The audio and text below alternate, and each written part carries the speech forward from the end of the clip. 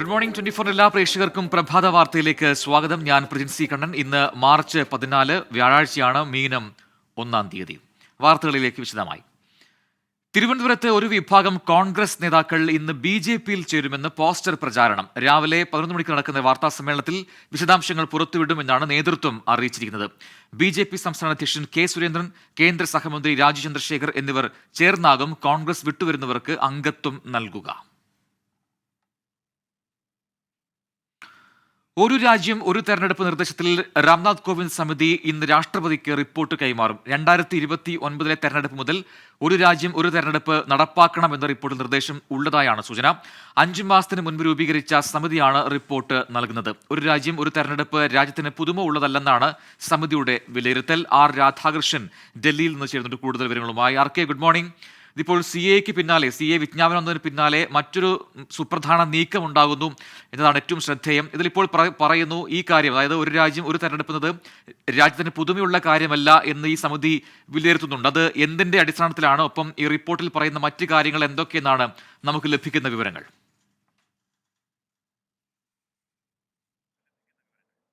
പ്രജിൻ, ഏറ്റവും പ്രധാനപ്പെട്ട ഒരു നീക്കമായിരിക്കും ഇന്ന് രാഷ്ട്രപതിക്ക് ഈ ഒരു രാജ്യം ഒരു തെരഞ്ഞെടുപ്പുമായി ബന്ധപ്പെട്ടിട്ടുള്ള സമിതി, നിയോഗിച്ചിട്ടുള്ള സമിതി നൽകുന്ന റിപ്പോർട്ട്.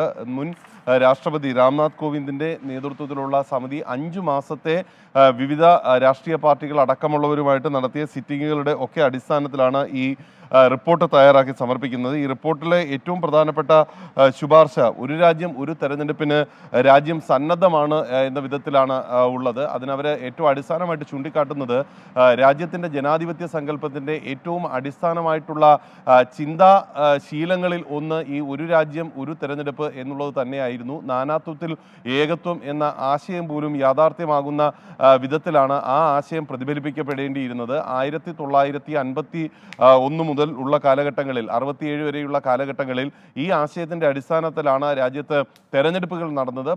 പിന്നീട് വ്യത്യസ്തങ്ങളായിട്ടുള്ള കാരണങ്ങൾ കൊണ്ട് ഈ തെരഞ്ഞെടുപ്പ് രീതി മാറുകയായിരുന്നു എന്നുള്ളതാണ്. അങ്ങനെ തെരഞ്ഞെടുപ്പ് രീതി മാറിയത് കൊണ്ട് തന്നെ രാജ്യത്ത് ജനാധിപത്യത്തിൽ ഗുണകരമല്ലാത്ത ചില പ്രവണതകളൊക്കെ കടന്നു കയറാൻ പോലും അത് കാരണമാവുകയും ചെയ്തു എന്ന് ഈ സമിതി വിലയിരുത്തുന്നു. അതിൻ്റെ അടിസ്ഥാനത്തിൽ 2029 തെരഞ്ഞെടുപ്പ് മുതൽ ഇതുമായി ബന്ധപ്പെട്ടിട്ടുള്ള നടപടികൾ ഉണ്ടാകണം എന്ന വിധത്തിലേക്കാണ് ഈ സമിതിയുടെ ശുപാർശ എന്നാണ് നമുക്ക് അറിയാൻ സാധിക്കുന്നത്. ഈ സമിതി ഇന്ന് രാഷ്ട്രപതിയെ സന്ദർശിച്ച് റിപ്പോർട്ട് കൈമാറും.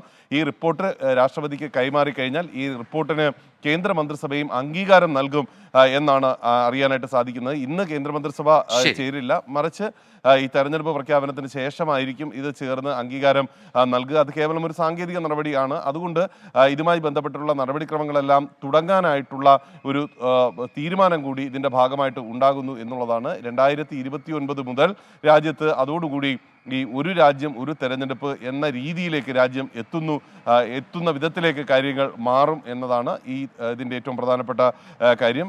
ഇന്നലെ രാത്രി വൈകിയും ഡോക്ടർ രാംനാഥ് കോവിന്ദിന്റെ അധ്യക്ഷതയിലുള്ള സമിതിയുടെ പ്രധാനപ്പെട്ട അംഗങ്ങൾ തമ്മിലുള്ള കൂടിക്കാഴ്ചയൊക്കെ നടന്നിരുന്നു. അതിന്റെ അടിസ്ഥാനത്തിലാണ് അന്തിമമായിട്ടുള്ള റിപ്പോർട്ട് തയ്യാറാക്കിയിട്ടുള്ളത്. നിർണായകമായ ഒരു തീരുമാനം, ആ റിപ്പോർട്ട് ഇന്ന് രാഷ്ട്രപതിക്ക് കൈമാറുകയാണ്. എന്തായിരിക്കും ഇനി 2029 മുതൽ രാജ്യത്തെ തെരഞ്ഞെടുപ്പിന്റെ ചിത്രം, അത് വ്യക്തമാക്കുന്ന റിപ്പോർട്ടാണ് ഇപ്പോൾ നൽകാൻ പോകുന്നതെന്നാണ് RK ഡൽഹിയിൽ നിന്നും നൽകിയ ഏറ്റവും പുതിയ വിവരങ്ങൾ. മരിച്ച നിലയിൽ കണ്ടെത്തിയ കലോത്സവ കോഴക്കേസിലെ ആരോപണ വിധേയനായ വിധികർത്താവ് PN ഷാജിയുടെ പോസ്റ്റ്മോർട്ടം ഇന്ന് നടക്കും. കണ്ണൂർ ജില്ലാ ആശുപത്രിയിൽ ഉച്ചയോടെയാകും പോസ്റ്റ്മോർട്ടം. കേരള സർവകലാശാല കലോത്സവത്തിൽ കോഴ വാങ്ങി ഫലം അട്ടിമറിച്ചു എന്ന ആരോപണം നേരിട്ട ഷാജിയെ ഇന്നലെയാണ് കണ്ണൂർ ചൊവ്വയിലെ വീട്ടിൽ വിഷം കഴിച്ച് മരിച്ച നിലയിൽ കണ്ടെത്തിയത്. നിരപരാധിയാണെന്നും കോഴ വാങ്ങിയിട്ടില്ലെന്നും രേഖപ്പെടുത്തിയ ആത്മഹത്യാ കുറിപ്പ് പോലീസ് കണ്ടെടുത്തിട്ടുണ്ട്. പിന്നിൽ കളിച്ചവരെ ദൈവം രക്ഷിക്കട്ടെ എന്നും ഈ കുറിപ്പിൽ പരാമർശമുണ്ട്. ഷാജിയെ കോഴ ആരോപണത്തിൽ കുടുക്കിയതാണെന്ന് ബന്ധുക്കൾ ആരോപിച്ചു. തിരുവനന്തപുരം കന്റോൺമെന്റ് സ്റ്റേഷനിൽ ചോദ്യം ചെയ്യലിന് ഹാജരാകാൻ നോട്ടീസ് ലഭിച്ചതിന് പിന്നാലെയാണ് ഷാജിയെ മരിച്ച നിലയിൽ കണ്ടെത്തിയത്.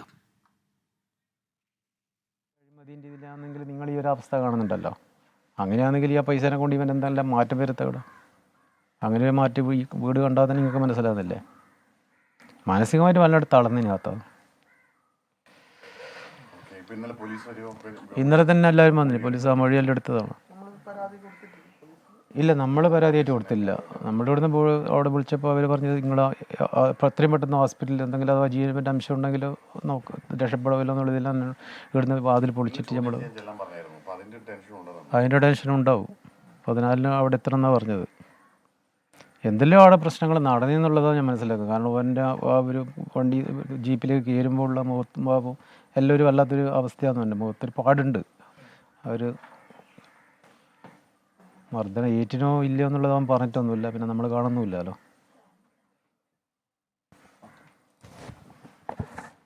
പ്രജിൻ, ഷാജിയുടെ സഹോദരൻ അനിൽകുമാറാണ് നമ്മളോടൊപ്പം ചേർന്നത്. അദ്ദേഹം തന്നെ നമ്മളോടൊപ്പം ഉണ്ട്. അദ്ദേഹത്തോട്, അതായത് അന്ന് വന്നതിന് ശേഷം സംസാരിച്ചായിരുന്നല്ലോ, ചേട്ടൻ പിന്നീട് വിശദമായി സംസാരിച്ചായിരുന്നല്ലോ, അന്ന രീതിയിൽ കുടുക്കിയതാണെന്നാണ് പറഞ്ഞത്. എന്താണ് പറഞ്ഞത്? അന്നേരം അങ്ങനെയാണ് പറഞ്ഞത്. ഫോണിലൂടെ സംസാരിച്ചപ്പോൾ അങ്ങനെയാണ് പറഞ്ഞത്. ഇതെല്ലാം എന്നെ കൊടുക്കിയതാന്ന്, ഞാനിതിൽ ബലിയാടായതാന്ന്, ഞാൻ വേറെ ഇതിൽ ഞാൻ ഒരു 5 പൈസ പോലും ഞാൻ വാങ്ങിക്കുന്നില്ല എന്നുള്ളതാണ് അവൻ പറയുന്നത്. അപ്പോൾ ആരാണ് ഇതിന് ആരാണെന്നുള്ള പേരൊന്നും പറഞ്ഞില്ല. ആരാ ചെയ്തിരുന്നുള്ളതൊന്നും പറഞ്ഞില്ല. അവിടെ വെച്ച് അദ്ദേഹത്തെ മർദ്ദിച്ചിട്ട് ഒരു വീഡിയോ ഷൂട്ട് ചെയ്തു എന്നാണ് പറയുന്നത്. അതായത് ഇതിനു വേണ്ടി അദ്ദേഹം ഇതിൽ ഇടപെട്ടു എന്നൊക്കെ പറഞ്ഞ് മർദ്ദിച്ചിട്ട് ഒരു വീഡിയോ ഷൂട്ട് ചെയ്തു എന്നൊക്കെയാണ് പറയുന്നത്. അതിനെപ്പറ്റി അവനൊന്നും പറഞ്ഞിട്ടൊന്നുമില്ല. എന്നാലും ആരായിരിക്കും എന്നാണ് അദ്ദേഹം പറഞ്ഞതിൽ നിന്ന് മനസ്സിലാക്കുന്നത്. കാരണം ഇങ്ങനെ ഇദ്ദേഹത്തെ ചതിച്ചതാണ്, ബോധപൂർവ്വം കുടുക്കിയതാണല്ലോ ഇങ്ങനെ ഒരു ആരോപണത്തിൽ. അപ്പോൾ എന്താണ്? അല്ല, അത് ആളെ കൃത്യമായിട്ടുള്ള പേരൊന്നും പറയാതെ കൊണ്ട് എനിക്ക് അതിനെ പറ്റിയൊന്നും പറയാൻ കഴിയില്ല. സംഭവം നടന്നതിന് ശേഷം വല്ലാതെ ബുദ്ധിമുട്ടില്ലായിരുന്നു. ജസ്റ്റ് അമ്മയോട് വന്ന് പറഞ്ഞത് അതാണ് അദ്ദേഹം നമ്മളോട് പങ്കുവച്ചത്. അതായത് അദ്ദേഹത്തിൻ്റെ സഹോദരനാണ്. ചിലർ ബോധപൂർവം ഇതിൽ കുടുക്കിയതാണ് എന്ന ആരോപണമാണ് ബന്ധുക്കൾ ഉന്നയിക്കുന്നത്. അത് ആസൂത്രിതമായ ഒരു ചതിയാണ്. ഈ കേരള സർവകലാശാല കലോത്സവത്തിലെ മാർഗം കളിയുടെ വിധികർത്താവായിരുന്നു PN ഷാജി. അതിന് പിന്നാലെ ഈ വലിയ തർക്കങ്ങളും സംഘർഷത്തിലേക്കുമൊക്കെ ഈ കലോത്സവം പോകുന്നൊരു സാഹചര്യമുണ്ടായി. അതിൻ്റെ ഒരു പ്രധാനപ്പെട്ട കാര്യം എടുത്തു പറയേണ്ടത്, അവിടെ ഈ കോഴ വാങ്ങി ഫലം അട്ടിമറിക്കാൻ ഇടപെട്ടു വിധികർത്താക്കൾ തന്നെ പ്രവർത്തിച്ചു എന്ന് സംഘാടകർ തന്നെ ആരോപിച്ചു. അതിൻ്റെ ഭാഗമായ ചില ഓഡിയോ റെക്കോർഡുകളും മറ്റും ഉണ്ട് എന്നവർ അവകാശപ്പെടുകയും അതിൻ്റെ ഭാഗമായി പരാതി നൽകുകയും പിന്നീട് കലോത്സവം തന്നെ നിർത്തിവെക്കുകയും ചെയ്തു. അതിൽ സംഘാടകർ ഈ വിധികർത്താവിനെ അടക്കം തടഞ്ഞു വെച്ചു. പിന്നീട് ഷാജി അടക്കം മറ്റ് 2 പരിശീലകരെയും പോലീസ് കസ്റ്റഡിയിലെടുക്കുകയും കേസെടുക്കുകയും പിന്നീട് ജാമ്യത്തിൽ വിട്ടയക്കുകയുമാണ് ചെയ്തത്. അതിന് പിന്നാലെ അദ്ദേഹം സജോ ദേവസ്യാണ് കണ്ണൂരിൽ നിന്ന് വിശദാംശങ്ങൾ നൽകിയത്. ആരോപണ വിധേയനാവുകയും പിന്നീട് വിഷം കഴിച്ച് മരിച്ച നില കണ്ടെത്തിയ PN ഷാജിയുടെ വീട്ടിൽ നിന്നാണ് ഇപ്പോൾ സജോ ദേവസ്യ ഏറ്റവും പുതിയ വിവരങ്ങൾ പങ്കുവച്ചത്. ഇന്നാണ് പോസ്റ്റ്മോർട്ടം നടപടികൾ നടക്കുക.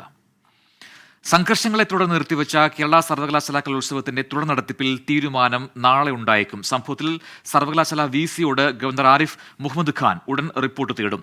നടത്തിപ്പിൽ തീരുമാനമായാൽ നഗരത്തിൽ നിന്ന് മാറിയുള്ള കോളേജുകളിൽ മത്സരവേദി ഒരുക്കാനാണ് സർവകലാശാലയുടെ ആലോചന. മാർഗം കളിയിലെ കോഴ ആരോപണത്തിൽ വിധികർത്താക്കൾക്കും പരിശീലകർക്കുമെതിരെ സമഗ്രാന്വേഷണം നടത്തണമെന്നാവശ്യപ്പെട്ട് പ്രോഗ്രാം കൺവീനറും SFI ജില്ലാ പ്രസിഡന്റുമായ നന്ദൻ കഴിഞ്ഞ ദിവസം വിജിലൻസിന് പരാതി നൽകിയിരുന്നു. അതിനിടെയാണ് വിധികർത്താവായ PN ഷാജിയെ കണ്ണൂരിൽ മരിച്ച നിലയിൽ കണ്ടെത്തിയത്. സംസ്ഥാനത്തെ വൈദ്യുതി പ്രതിസന്ധി ചർച്ച ചെയ്യാൻ മുഖ്യമന്ത്രിയുടെ അധ്യക്ഷതയിൽ ഇന്ന് യോഗം ചേരും. ഉച്ചയ്ക്ക് ശേഷം 3-ന് ഓൺലൈനായാണ് യോഗം ചേരുക. വൈദ്യുതി മന്ത്രി K കൃഷ്ണൻകുട്ടി, ധനമന്ത്രി KN ബാലഗോപാൽ, ജലവിഭവ മന്ത്രി റോഷി അഗസ്റ്റിൻ, ചീഫ് സെക്രട്ടറി, വിവിധ വകുപ്പ് സെക്രട്ടറിമാർ എന്നിവർ പങ്കെടുക്കും. ദീർഘകാല കരാർ റെഗുലേറ്ററി കമ്മീഷൻ പുനഃസ്ഥാപിച്ചിട്ടും വൈദ്യുതി നൽകാൻ കമ്പനികൾ തയ്യാറാകാത്തത് യോഗം ചർച്ച ചെയ്യും. ജിൻഡാൽ തെർമൽ, ജാംബുവ എന്നീ കമ്പനികൾ നിസ്സഹകരിച്ചതോടെ 465 മെഗാവാട്ടിന്റെ കുറവാണ് ഉണ്ടാവുന്നത്. പവർ എക്സ്ചേഞ്ചിൽ നിന്ന് ഉയർന്ന വില നൽകി വൈദ്യുതി വാങ്ങുന്നത് തുടരുന്നതിനും യോഗം തീരുമാനമെടുക്കും. സംസ്ഥാനത്ത് വൈദ്യുതി ഉപയോഗം ഓരോ ദിവസവും കൂടുകയാണ്. ഇന്നലെ 101.38 ദശലക്ഷം യൂണിറ്റ് വൈദ്യുതിയാണ് ഉപയോഗിച്ചത്. വിവിധ വകുപ്പുകൾ KSEBക്ക് നൽകാനുള്ള കുടിശ്ശികയിലും യോഗം തീരുമാനമെടുക്കും. സംസ്ഥാനത്ത് ഞായറാഴ്ച വരെ 9 ജില്ലകളിൽ താപനില ഉയരാൻ സാധ്യത. പാലക്കാട്, കൊല്ലം, പത്തനംതിട്ട, കോട്ടയം, തൃശൂർ, ആലപ്പുഴ, എറണാകുളം, കോഴിക്കോട്, കണ്ണൂർ ജില്ലകളിൽ യെല്ലോ മുന്നറിയിപ്പ് നൽകി. പാലക്കാട്, കൊല്ലം ജില്ലകളിൽ ഉയർന്ന താപനില 39 ഡിഗ്രി സെൽഷ്യസ് വരെ ഉയരും. പൊതുജനങ്ങൾ ജാഗ്രത പാലിക്കണം. തെക്കൻ കേരളത്തിലും മധ്യ കേരളത്തിലും ഇടിമിന്നലോട് കൂടിയ ഒറ്റപ്പെട്ട വേനൽ മഴയ്ക്ക് സാധ്യതയുണ്ട്. കേന്ദ്ര സർക്കാർ നയങ്ങൾക്കെതിരെ കർഷകരുടെ മഹാപഞ്ചായത്ത് ഇന്ന് ഡൽഹിയിൽ. സംയുക്ത കിസാൻ മോർച്ചയുടെ നേതൃത്വത്തിൽ ഡൽഹി രാംലീല മൈതാനത്താണ് കിസാൻ മസ്ദൂർ മഹാപഞ്ചായത്ത് നടക്കുക. കർഷകരും തൊഴിലാളികളും അടക്കം 10,000-കണക്കിന് പേർ മഹാപഞ്ചായത്തിൽ അണിചേരും. വനിതാ സംഘടനകളും തൊഴിലാളി സംഘടനകളും യുവജന സംഘടനകളും ഭാഗമാകും. കാർഷിക വിളകൾക്ക് താങ്ങുവില ഉറപ്പാക്കുക, വൈദ്യുതി ഭേദഗതി ബിൽ പിൻവലിക്കുക ഉൾപ്പെടെ നിരവധി വിഷയങ്ങളാണ് സംയുക്ത കിസാൻ മോർച്ച ഉയർത്തുന്നത്. പ്രതിഷേധത്തിൽ പങ്കെടുക്കാൻ കഴിഞ്ഞ ദിവസങ്ങളിൽ കർഷകർ ഡൽഹിയിൽ എത്തിച്ചെന്നിട്ടുണ്ട്. ഡൽഹിയിൽ കനത്ത സുരക്ഷയാണ് ഒരുക്കിയിരിക്കുന്നത്. ഡൽഹി ട്രാഫിക് പോലീസ് ഗതാഗത നിയന്ത്രണ നിർദ്ദേശങ്ങളും പുറത്തിറക്കിയിട്ടുണ്ട്. കൊല്ലം പരവൂർ കോടതിയിലെ അസിസ്റ്റന്റ് പബ്ലിക് പ്രോസിക്യൂട്ടർ അനീഷയുടെ ആത്മഹത്യയിൽ അന്വേഷണ ചുമതല വീണ്ടും മാറ്റി. കൊല്ലം സിറ്റി ക്രൈംബ്രാഞ്ചിൽ നിന്ന് സംസ്ഥാന ക്രൈംബ്രാഞ്ചിനാണ് കേസ് കൈമാറിയത്. പ്രതികളെ പോലീസ് സംരക്ഷിക്കുകയാണെന്ന് അനീഷയുടെ കുടുംബം ആരോപിച്ചു. കേസ് CBIക്ക് വിടണമെന്നാവശ്യപ്പെട്ട് അനീഷയുടെ മാതാവ് കോടതിയെ സമീപിച്ചിട്ടുണ്ട്. ഇല്ല, അവരാരും വിളിച്ചിട്ടില്ല. കൊല്ലം പരവൂരിലെ അസിസ്റ്റന്റ് പബ്ലിക് പ്രോസിക്യൂട്ടർ അനീഷയുടെ ആത്മഹത്യയ്ക്ക് പിന്നിൽ സഹപ്രവർത്തകരുടെ മാനസിക പീഡനമെന്നായിരുന്നു കുടുംബത്തിന്റെ ആരോപണം.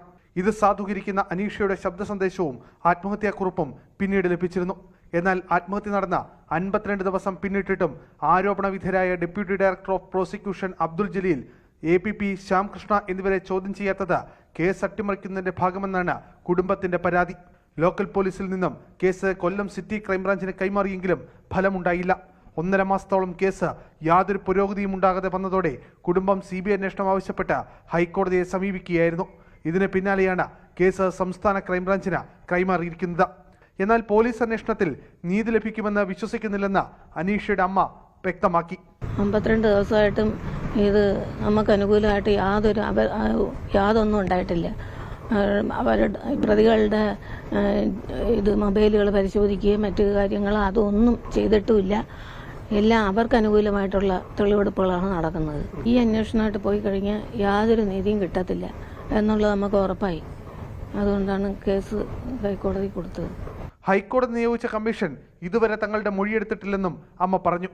പ്രതികളുടെ സ്വാധീനം മൂലമാണ് അന്വേഷണം ഇഴയുന്നതെന്നാണ് കുടുംബത്തിന്റെ ആരോപണങ്ങളിലൊന്ന്. സത്യാവസ്ഥ പുറത്തു വരണമെങ്കിൽ CBI അന്വേഷണം വേണമെന്നും അനീഷയുടെ കുടുംബം പറയുന്നു. 24 കൊല്ലം. തിരികെ വാർത്തകളിലേക്ക്. പൂക്കോട് വെറ്ററിനറി കോളേജിലെ JS സിദ്ധാർത്ഥന്റെ മരണത്തിൽ കൂടുതൽ തെളിവുകൾ ശേഖരിച്ച് പോലീസ്. 16 രാത്രി മുതൽ 17 പുലർച്ചെ വരെ സിദ്ധാർത്ഥനെ ക്രൂരമായി മർദ്ദിച്ച സിൻജോ ജോൺസൺ 19 ജില്ലാ ആശുപത്രിയിൽ ചികിത്സ തേടി. ചികിത്സാ രേഖകൾ ഹോസ്റ്റലിൽ ഇന്നലെ നടത്തിയ തെളിവെടുപ്പിൽ പോലീസ് കണ്ടെത്തി. ഹോസ്റ്റലിന്റെ നടുത്തളത്തിൽ വെച്ച് സിദ്ധാർത്ഥനെ തൊഴിച്ചു വീഴ്ത്തി. ഇതിനുശേഷമാണ് സിൻജോയുടെ കാലിന് പരിക്കേറ്റത്. ആക്രമണത്തിന് കൂടുതൽ ആയുധങ്ങൾ ഉപയോഗിച്ചിട്ടില്ലെന്നാണ് പോലീസിന്റെ കണ്ടെത്തൽ. മറ്റ് പ്രതികളെയും വിശദമായി ചോദ്യം ചെയ്തു. കസ്റ്റഡി കാലാവധി അവസാനിക്കുന്ന സാഹചര്യത്തിൽ പ്രതികളെ ഇന്ന് കൽപ്പറ്റ കോടതിയിൽ ഹാജരാക്കും. പൗരത്വ നിയമ ഭേദഗതിക്കെതിരെ വടക്ക് കിഴക്കൻ സംസ്ഥാനങ്ങളിൽ അടക്കം നടക്കുന്ന സമരം ഇന്നും തുടരും. ഓൾ അസം സ്റ്റുഡൻസ് യൂണിയൻ ഇന്നും അസമിൽ സംസ്ഥാന വ്യാപകമായി സത്യഗ്രഹ സമരം നടത്തി പ്രതിഷേധിക്കും. കോൺഗ്രസിന്റെയും മറ്റ് സംഘടനകളുടെയും നേതൃത്വത്തിൽ വിവിധ വടക്ക് കിഴക്കൻ സംസ്ഥാനങ്ങളിൽ പ്രതിഷേധം സംഘടിപ്പിക്കും. നിയമത്തിനെതിരെ വിദ്യാർത്ഥി യൂണിയനും കോൺഗ്രസും സുപ്രീം കോടതിയെ സമീപിച്ചിട്ടുണ്ട്. 1985 അസം കരാറിന്റെ ലംഘനമാണെന്ന് ആരോപിച്ചാണ് വിദ്യാർത്ഥികളും വിവിധ സംഘടനകളും പ്രതിപക്ഷ പാർട്ടികളും സമരരംഗത്തുള്ളത്. 1971 മാർച്ച് 24 ശേഷം ബാംഗ്ലാദേശിൽ നിന്ന് സംസ്ഥാനത്തെത്തിയ അഭയാർത്ഥികളെ കണ്ടെത്തി നാടുകടത്തണമെന്ന് വ്യവസ്ഥ ചെയ്യുന്നതാണ് ഉടമ്പടി.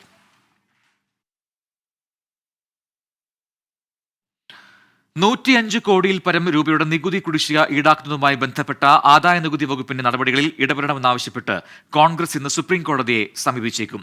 വിഷയത്തിൽ ഇടപെടാൻ ഡൽഹി ഹൈക്കോടതി വിസമ്മതിച്ചിരുന്നു. ഈ സാഹചര്യത്തിലാണ് കോൺഗ്രസ് സുപ്രീം കോടതിയെ സമീപിക്കുന്നത്. ആദായ നികുതി വകുപ്പിന്റെ നോട്ടീസിന് സ്റ്റേ നൽകാത്ത IT അപ്പലേറ്റ് ട്രൈബ്യൂണൽ നടപടി റദ്ദാക്കണം എന്നാണ് പ്രധാന ആവശ്യം. ലോക്സഭാ തെരഞ്ഞെടുപ്പ് അടുത്തിരിക്കെ പാർട്ടിയുടെ അക്കൗണ്ട് മരവിപ്പിച്ചിരിക്കുന്നത് പ്രവർത്തനങ്ങളെ ബാധിക്കുമെന്ന് കോൺഗ്രസ് സുപ്രീം കോടതിയെ അറിയിക്കും. ശബരിമല ഗ്രീൻഫീൽഡ് വിമാനത്താവളത്തിനായി ഭൂമി ഏറ്റെടുക്കുന്നതിന് വിജ്ഞാപനം പുറത്തിറക്കി സംസ്ഥാന സർക്കാർ. 1000.28 ഹെക്ടർ ഭൂമിയാണ് സർക്കാർ ഏറ്റെടുക്കുന്നത്. ആക്ഷേപമുള്ളവർ 15 ദിവസത്തിനുള്ളിൽ അക്കാര്യം അറിയിക്കണമെന്നാണ് നിർദ്ദേശം. വിമാനത്താവളത്തിന്റെ ആദ്യഘട്ടം 2027 പ്രവർത്തനക്ഷമമാകുമെന്നാണ് സർക്കാരിന്റെ പ്രതീക്ഷ. വിമാനത്താവളത്തിന് 1.85 കോടി രൂപയാണ് ഇക്കുറി ബജറ്റിൽ അനുവദിച്ചത്. സാധ്യതാ പഠനത്തിനും വിശദമായ പദ്ധതി രേഖ തയ്യാറാക്കുന്നതിനുമടക്കമുള്ള നടപടികൾക്കുമായാണ് ഈ തുക അനുവദിച്ചത്. സംസ്ഥാനത്തെ മുഴുവൻ സപ്ലൈകോ ഔട്ട്ലെറ്റുകളിലും കെ റൈസ് ഉടൻ ലഭ്യമാകുമെന്ന് ഭക്ഷ്യവകുപ്പ്. ഇന്നു മുതൽ കെ റൈസ് വിതരണം ചെയ്തു തുടങ്ങുമെന്ന് മന്ത്രി GR അനിൽ കഴിഞ്ഞ ദിവസം വ്യക്തമാക്കിയിരുന്നു. വിതരണോദ്ഘാടനം കഴിഞ്ഞിട്ടും സപ്ലൈകോ ഔട്ട്ലെറ്റുകളിൽ അരി എത്തിയില്ലെന്ന് പരാതി ഉയർന്നിരുന്നു. സപ്ലൈകോ ഗോഡൌണുകളിൽ വിതരണം ചെയ്യാനുള്ള മുഴുവൻ അരിയും എത്തിയിട്ടുണ്ടെന്ന് അധികൃതർ വ്യക്തമാക്കി. കേന്ദ്രത്തിന്റെ ഭാരത് റൈസിന് ബദലായ സംസ്ഥാന സർക്കാരിന്റെ ശബരി കെ റൈസിന്റെ വിതരണോദ്ഘാടനം ഇന്നലെയാണ് മുഖ്യമന്ത്രി നിർവഹിച്ചത്.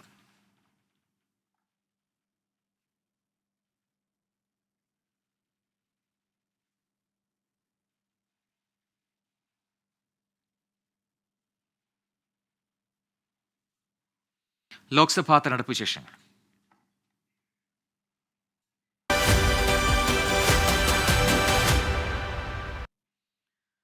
കർണാടകയിൽ ലോക്സഭാ തെരഞ്ഞെടുപ്പിലുള്ള ആദ്യഘട്ട സ്ഥാനാർത്ഥി പട്ടിക BJP പുറത്തുവിട്ടപ്പോൾ പ്രമുഖരിൽ പലർക്കും നിരാശ. 8 സിറ്റിംഗ് എംപിമാരെയാണ് പുറത്തിരുത്തിയത്. പാർട്ടിയുടെ മുൻ സംസ്ഥാന അധ്യക്ഷൻ നളിൻ കുമാർ കട്ടീലിന് ഉൾപ്പെടെ സീറ്റ് നൽകിയില്ല. 28 ലോക്സഭാ മണ്ഡലങ്ങളാണ് കർണാടകയിലുള്ളത്. ഇന്നലെ പുറത്തുവിട്ടത് 20 മണ്ഡലങ്ങളിലെ സ്ഥാനാർത്ഥികളുടെ പട്ടിക. മൈസൂരുവിൽ സിറ്റിംഗ് MP പ്രതാപ് സിംഹയെ പുറത്തിരുത്തി. പകരം മൈസൂർ രാജവംശത്തിലെ യദുവീർ കൃഷ്ണദത്ത ചാമരാജ വടയാർ മത്സരിക്കും. പാർലമെന്റ് ആക്രമണക്കേസിലെ പ്രതികൾ പ്രതാപ് സിംഹയുടെ ഓഫീസിൽ നിന്നാണ് സന്ദർശക പാസ് വാങ്ങിയിരുന്നത്. ഇത് തെരഞ്ഞെടുപ്പിൽ തിരിച്ചടിയാവാനുള്ള സാധ്യതയാണ് പ്രതാപ് സിംഹയ്ക്ക് സീറ്റ് നഷ്ടപ്പെടാൻ കാരണം. അതൃപ്തി പരസ്യമാക്കി പ്രതാപ് സിംഹ രംഗത്തെത്തിയിട്ടുണ്ട്. കേന്ദ്ര സഹമന്ത്രി ശോഭാ കരന്തലജയെ സിറ്റിംഗ് സീറ്റായ ഉടുപ്പി ചിക്കമംഗളൂരു മണ്ഡലത്തിൽ നിന്ന് ബംഗളൂരു നോർത്തിലേക്ക് മാറ്റി. ശോഭയ്ക്കെതിരെ പാർട്ടി ഘടകത്തിൽ നിന്ന് തന്നെ എതിർപ്പുയർന്ന സാഹചര്യത്തിലാണ് മാറ്റം. ഇവർ ബംഗളൂരു നോർത്തിൽ എത്തിയതോടെ മുൻ കേന്ദ്രമന്ത്രിയും മുൻ മുഖ്യമന്ത്രിയുമൊക്കെയായ സദാനന്ദ ഗൌഡയ്ക്ക് മണ്ഡലം നഷ്ടമായി. ദക്ഷിണ കന്നഡയിൽ നളിൻ കുമാർ കട്ടീലിന് പകരം ബ്രിജേഷ് ചൌട്ടയാണ് സ്ഥാനാർത്ഥി. കർണാടക മുൻ മുഖ്യമന്ത്രി ബസവരാജ് ബൊമ്മെ ഹാവേരി മണ്ഡലത്തിൽ നിന്നും കേന്ദ്രമന്ത്രി പ്രഹ്ലാദ് ജോഷി ധാർവാഡിൽ നിന്നും ജനവിധി തേടും. യെദിയൂരപ്പയുടെ മകൻ BY രാഘവേന്ദ്രയാണ് ശിവമോഗയിലെ സ്ഥാനാർത്ഥി. JDS അധ്യക്ഷൻ HD ദേവഗൌഡയുടെ മരുമകൻ ഡോക്ടർ CN മഞ്ജുനാഥ് താമര ചിഹ്നത്തിൽ ബംഗളൂരു റൂറലിൽ നിന്ന് ജനവിധി തേടും. JDSുമായി ഉണ്ടാക്കിയ നീക്കുപോക്കിന്റെ ഭാഗമായാണ് മഞ്ജുനാഥിനെ പാർട്ടി ചിഹ്നത്തിൽ മത്സരിപ്പിക്കുന്നത്. 24 ബംഗളൂരു. ആറ്റിങ്ങലിൽ യുവാക്കളുടെ വോട്ടുറപ്പാക്കാൻ ജോയ് ഫുൾ ക്യാമ്പസുമായി പ്രചാരണവുമായി LDF. സമൂഹ മാധ്യമങ്ങളിലെ മേൽക്കൈയും ഈ വ്യത്യസ്ത പ്രചാരണത്തിലൂടെ ഉറപ്പാക്കുകയാണ് സ്ഥാനാർത്ഥിയായ V ജോയ്.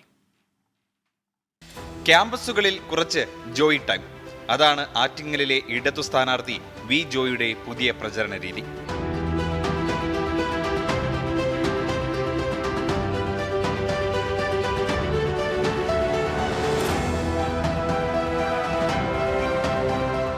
വ്യത്യസ്ത വിഷയങ്ങൾ പ്രതിപാദിക്കുന്ന പോസ്റ്ററുകളും ജോയ് ടൈമിനൊപ്പമുണ്ട്.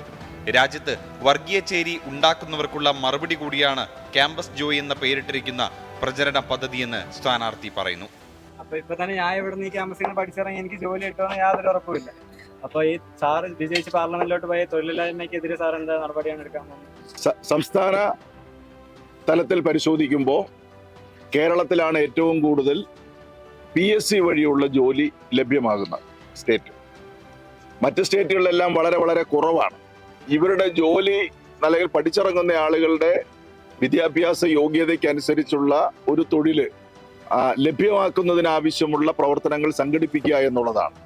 എല്ലാവർക്കും സർക്കാർ ജോലി എന്ന് പറയുന്നത് നമുക്ക് സാധ്യമായ കാര്യമല്ല. പക്ഷേ തത്തുല്യമായിട്ടുള്ള മറ്റ് ജോലികൾ നമുക്ക് ലഭ്യമാകേണ്ടതായിട്ടുണ്ട്. അപ്പോൾ അതിനു വേണ്ടുന്ന പ്രവർത്തനങ്ങൾ നമുക്ക് കൂട്ടായിട്ട് സംഘടിപ്പിക്കാം. ഗവൺമെന്റിന്റെ ഇതര ഡിപ്പാർട്ട്മെന്റുകളുമായി നമുക്ക് ബന്ധപ്പെടാം. വോട്ട് ചോദിക്കുന്നതിനോടൊപ്പം തന്നെ സ്ഥാനാർത്ഥിയുടെ നവമാധ്യമ പേജുകൾ ലൈക്ക് ചെയ്യാനും ഷെയർ ചെയ്യാനും ജോയ്ഫുൾ ക്യാമ്പസിൽ സാധിക്കും. Varkala ITI, Attingal government college, Attingal ITI എന്നിവിടങ്ങളിലാണ് ആദ്യ ദിവസം ജോയ്ഫുൾ ക്യാമ്പസ് നടന്നത്. 24 തിരുവനന്തപുരം. ഇനി ഇപ്പോൾ കിട്ടിയ പ്രധാന വാർത്തകൾ. പാശ്ചാത്യ രാജ്യങ്ങൾക്ക് മുന്നറിയിപ്പുമായി റഷ്യൻ പ്രസിഡന്റ് വ്ളാഡിമിർ പുടിൻ. റഷ്യയുടെ പരമാധികാരം ചോദ്യം ചെയ്താൽ ആണവായുധം പ്രയോഗിക്കുമെന്ന് മുന്നറിയിപ്പ്. യുക്രൈനിലേക്ക് US സൈനികരെ അയച്ചാൽ അമേരിക്കയുടെ നേരിട്ടുള്ള ഇടപെടലായി കണക്കാക്കുമെന്നും പുടിൻ.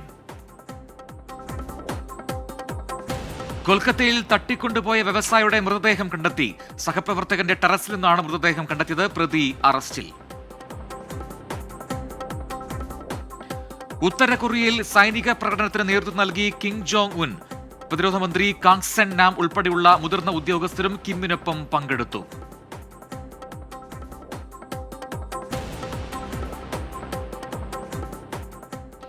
ഇതോടെ പ്രഭാത വാർത്ത പൂർത്തിയാവുന്നു. ലോകത്തെവിടെയായാലും ഏത് സമയത്തും 24 വാർത്തകളും ഓഗ്മെന്റഡ് റിയാലിറ്റി പാക്കേജുകളും എക്സ്പ്ലെയിനറുകളും വിശദമായി കാണാൻ ഞങ്ങളുടെ യൂട്യൂബ് ചാനൽ നിങ്ങൾക്ക് സബ്സ്ക്രൈബ് ചെയ്യാം.